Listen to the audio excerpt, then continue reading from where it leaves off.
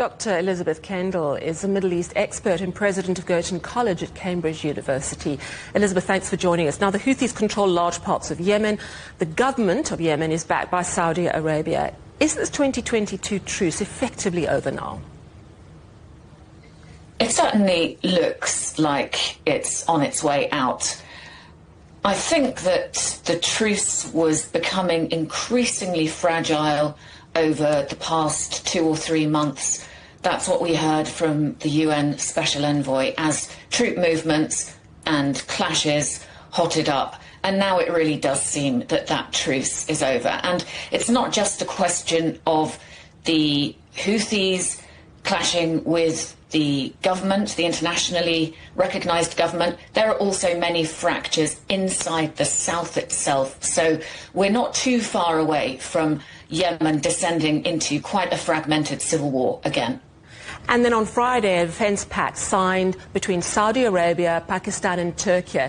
Now, what obligations would Turkey and Pakistan have to help Saudi Arabia? Well, it's not clear the extent of that particular pact yet, but what we can say is that if Saudi Arabia gets stuck into the internationalised Yemeni civil war once again, it's very likely to want to pull in allies to help it, and that there is a real danger that what begins as an unravelling inside Yemen has quite significant spillover in the region. And that won't just be with Saudi Arabia's new allies. It could be more broadly with, for example, East Africa, with places like Oman. There's another border that Yemen has to Oman. And of course, these porous maritime borders that Yemen has to Sudan, to Eritrea, to Somalia, and its maritime choke points. It sits on 2,000 kilometres of coastline, the Gulf of Aden, the Bab el-Mandab, the Red Sea. So there could be major knock-on effects regionally and internationally if that civil war kicks off again. Yeah, absolutely. What about the Houthis' allies? We know that Iran supports them. What would make Iran step up their support? Well, I think Iran is already trying to step up its support to the Houthis.